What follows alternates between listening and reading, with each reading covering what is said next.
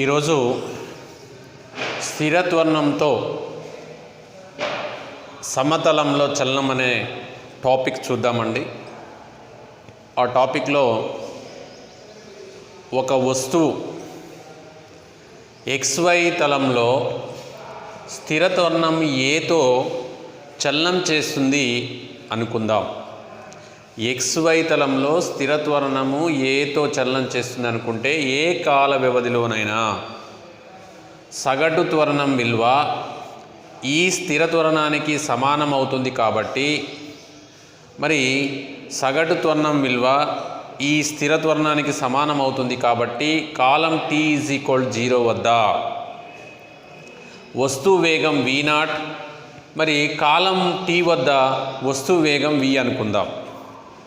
ఇక్కడ మనకు ఆల్రెడీ త్వరణానికి వేగంలోని మార్పు రేటు కాబట్టి a = v - v0. ఏంటంటే మనకి ఆల్రెడీ మరి t వద్ద వేగం v కాబట్టి v - v0/t - 0 okay = v - v0/t.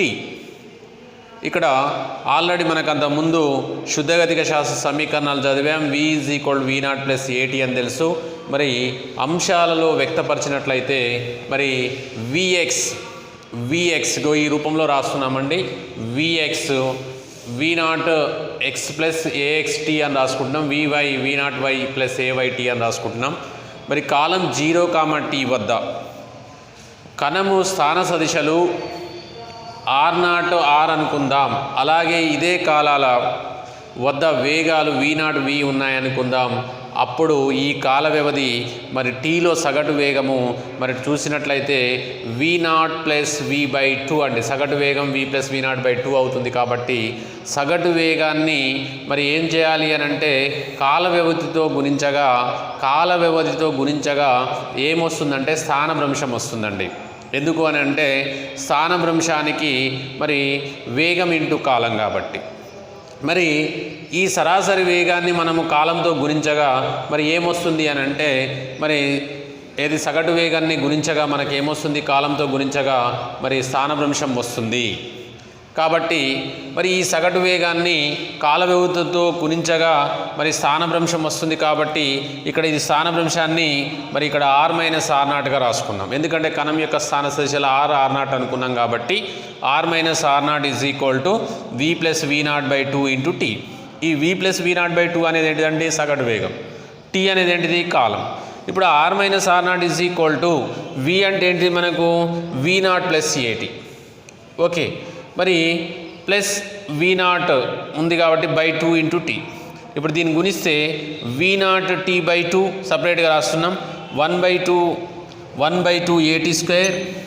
t × t t² plus v0 t/2 okay.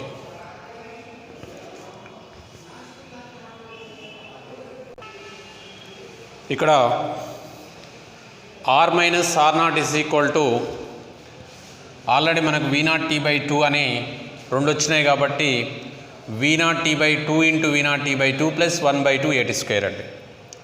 2 2 cancel అవుతుంది. ఈ r r0ని అవతల తీసుకుపోయినాం. v0 t + 1/2 at². దీన్ని ఈక్వేషన్ 1గా తీసుకున్నామండి. మరి ఈ పై సమీకరణం అవకలనం చేస్తే అంటే dr/dt కనుక్కుంటే సమీకరణం 1 మరి సులభంగానే నిరూపించవచ్చు.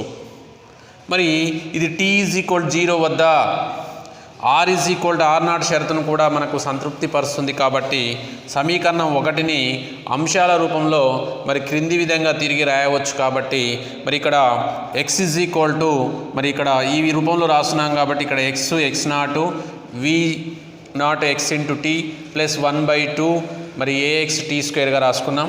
అదే y కూడా same y0 plus v0y/t plus 1/2 ayt². Okay ఈ విధంగా తీసుకున్న తర్వాత ఇక్కడ మరి x x0 vx0 t plus 2 1/2 axt² ఈ అంశాల రూపంలో రాసిన తర్వాత మరి ఇక్కడ మరి సమీకరణం 2 నుంచి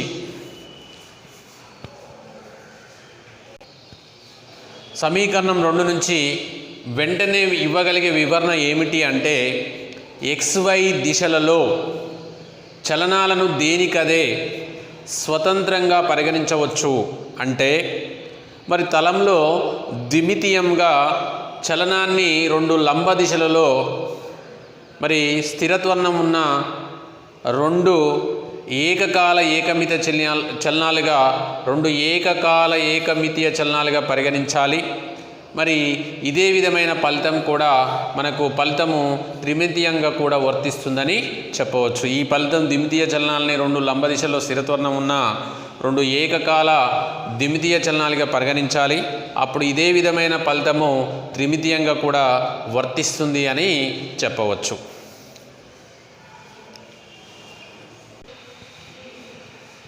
ఇక్కడ ద్విమితులలో సాపేక్ష వేగం చూసినట్లయితే రెండు వస్తువులు A, Bలుగా తీసుకున్నాం. మరి అవి VA, VB వేగాలతో చలిస్తున్నాయి అనుకుందాం. ఆ సందర్భంలో వస్తువు A వేగం వస్తువు B వేగానికి మరి సాపేక్ష వేగం ఉంటుంది. ఎందుకంటే రెండు వస్తువులు A, Bలు VA, VB వేగాలతో చలిస్తుంటాయి కాబట్టి ఆ సందర్భంలో వస్తువు A వేగం వస్తువు B వేగానికి మరి సాపేక్షంగా ఉంటుంది. కాబట్టి VAB ఏమని రాసుకుంటున్నామండి, VA మైనస్ VB సాపేక్ష వేగం ప్రకారం.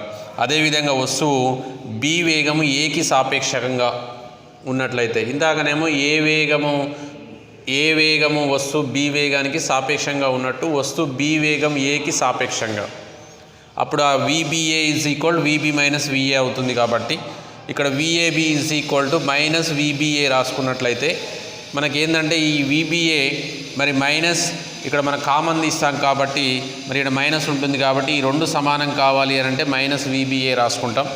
అప్పుడు దీన్ని మాడ్ VAB మాడ్ VBA అని రాసుకోవడం జరుగుతుంది. ఇది ద్విమితులలో ఉండే సాపేక్ష వేగం అండి. అంటే ద్విమితులలో ఉండే సాపేక్ష వేగము మరి ఏ వేగము వస్తువు B వేగానికి సాపేక్షంగా ఉండడం, వస్తువు B వేగం Aకి సాపేక్షంగా ఉండేదాన్ని బట్టి మనం ఈ విధంగా ద్విమితులలో సాపేక్ష వేగము మాడ్ VAB VBA అని రాసుకోవడం జరుగుతుంది. మరి నెక్స్ట్ మరి ప్రక్షేపక చలనం అంటే ఏంది అనే విషయాన్ని చూస్తే మనము విసీర్ణ లేదా ప్రక్షిప్తం చేసిన తర్వాత గాలిలో ఎగిరే వస్తువును విసీర్ణ కానీ ప్రక్షిప్తం చేసినప్పుడు కానీ మనకు గాలిలో ఎగిరే వస్తువును ఏమంటామంటే ప్రక్షేపకం అంటారండి. మరి ఫుట్బాల్ కానీ క్రికెట్ బాల్ కానీ బేస్బాల్ కానీ లేదా ఇతర వంటి వస్తువులు కానీ ప్రక్షేపకాల కోవకే చెందుతాయి. అయితే ప్రక్షేపక చలనాన్ని మరి రెండు వేరువేరు చలన అంశాల వల్ల ఏకకాలంలో కలిగే ఫలిత చలనంగా భావించవచ్చు. కాబట్టి మరి వీటిలో ఒక అంశం క్షితిజ సమాంతర దిశలో ఏ విధమైన త్వరణం లేకుండా ఉంటే, ఒక అంశం ఏంటిదండి క్షితిజ సమాంతర దిశలో ఏ విధమైన త్వరణం లేకుండా ఉంటే రెండో అంశము లంబ దిశలో కానీ నిట్ట నిలువు దిశలో స్థిర త్వరణాన్ని కలిగి ఉంటుంది. ఇక్కడ రెండు అంశాలను కలిగి ఉంటుందండి. ప్రక్షేపక చలనం రెండు వేరువేరు మరి చలన అంశాల వల్ల ఏకకాలంలో కలిగే ఫలిత చలనంగా భావించవచ్చు. కాబట్టి మరి వీటిలో ఒక అంశమేమో క్షితిజ సమాంతర అంశంగా, మరి అదేవిధంగా రెండో అంశమేమో లంబ దిశలో కానీ నిట్ట నిలువు దిశలో స్థిరత్వరణాన్ని కలిగి ఉంటుంది. కాబట్టి ఈ స్థిరత్వరణాన్ని గురుత్వాకర్షణ బలం కారణంగా పొందుతుంది. ఈ స్థిరత్వరణాన్ని ఏ విధంగా పొందుతుంది అని అంటే మరి గురుత్వాకర్షణ బలం కారణంగా పొందుతుందని చెప్పవచ్చు. ఇక్కడ పటంలో చూపిన విధంగా తొలివేగం V0తో మరి x అక్షంతో θ0 కోణంతో ప్రక్షిప్తం చేస్తుంది అని అనుకుందాం. మరి ప్రక్షిప్తం చేస్తుంది T0 అనే కోణంతో ప్రక్షిప్తం చేస్తుందని అనుకుందాం. పటంలో చూపిన విధంగా తొలివేగం V0తో x అక్షంతో θ కోణం చేస్తూ మరి ప్రక్షిప్తం చేశామనుకుందాం. మరి వస్తువుని ప్రక్షిప్తం చేసిన అనంతరం దానిపై పనిచేసే త్వరణము నిట్ట నిలువుగా కిందికి పనిచేసే ఈ విధంగా కిందికి పనిచేస్తే మరి గురుత్వాకర్షణ బలం కలుగుతుంది. కాబట్టి A -GJ అని చెప్పవచ్చు. మరి ఇక్కడ AX 0 AY ఏమవుతుందంటే -G అవుతుందండి. మరి తొలివేగం V0 అంశాలు చూస్తే మరి V0 x equal to V0 cos theta naught సమాంతర అంశం కాబట్టి లంబాంశము V0 y is equal to V0 sine theta naught అవుతుంది. మరి తొలి స్థానాన్ని నిర్దేశ చట్రం మూల బిందువుగా పటంలో చూపిన విధంగా తీసుకుంటే x0 equal to 0 y0 equal to 0 అవుతుందండి. x ఈజ్ ఈక్వల్ టు ఇక్కడ స్థానభ్రంశం ఈజ్ ఈక్వల్ టు వేగం ఇంటూ కాలం ప్రకారం x is equal to V0 x into t. మరి ఈ V0 x అంటే ఏంటిదండి V0 cos theta naught into t.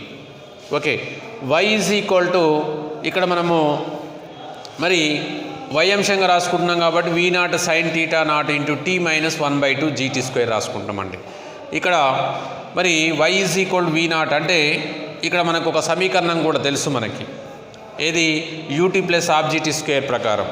దీంట్లో y అంశంగా రాస్తే V0 sine theta naught into t minus 1/2 GT² అవుతుంది. ఎందుకంటే y అంశం కాబట్టి కిందికి మైనస్ పనిచేస్తుంది. vy ఈజ్ ఈక్వల్ టు ఇక్కడ u ప్లస్ at ప్రకారం అనమాట.